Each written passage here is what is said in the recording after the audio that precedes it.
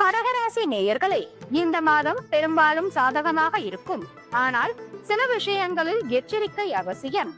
குரு 12ஆம் வீட்டில் இருப்பதால் மத செயல்களில் ஆர்வம் கூடும்.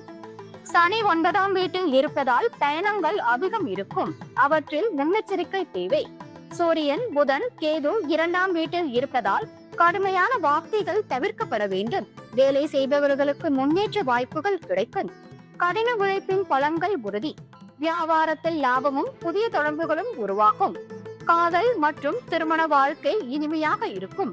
குடும்பத்தில் மகிழ்ச்சி நிலவும். ஆனால் மாதத்தின் 2ஆம் பாதியில் சிக்கல்கள் ஏற்படலாம். அதனால் பொறுமையுடன் நடந்து கொள்ள வேண்டும். மாணவர்கள் உழைப்பால் வெற்றியை பெறுவார்கள். நிதிநிலை வலுவடையும். பணவரவு கூடும்.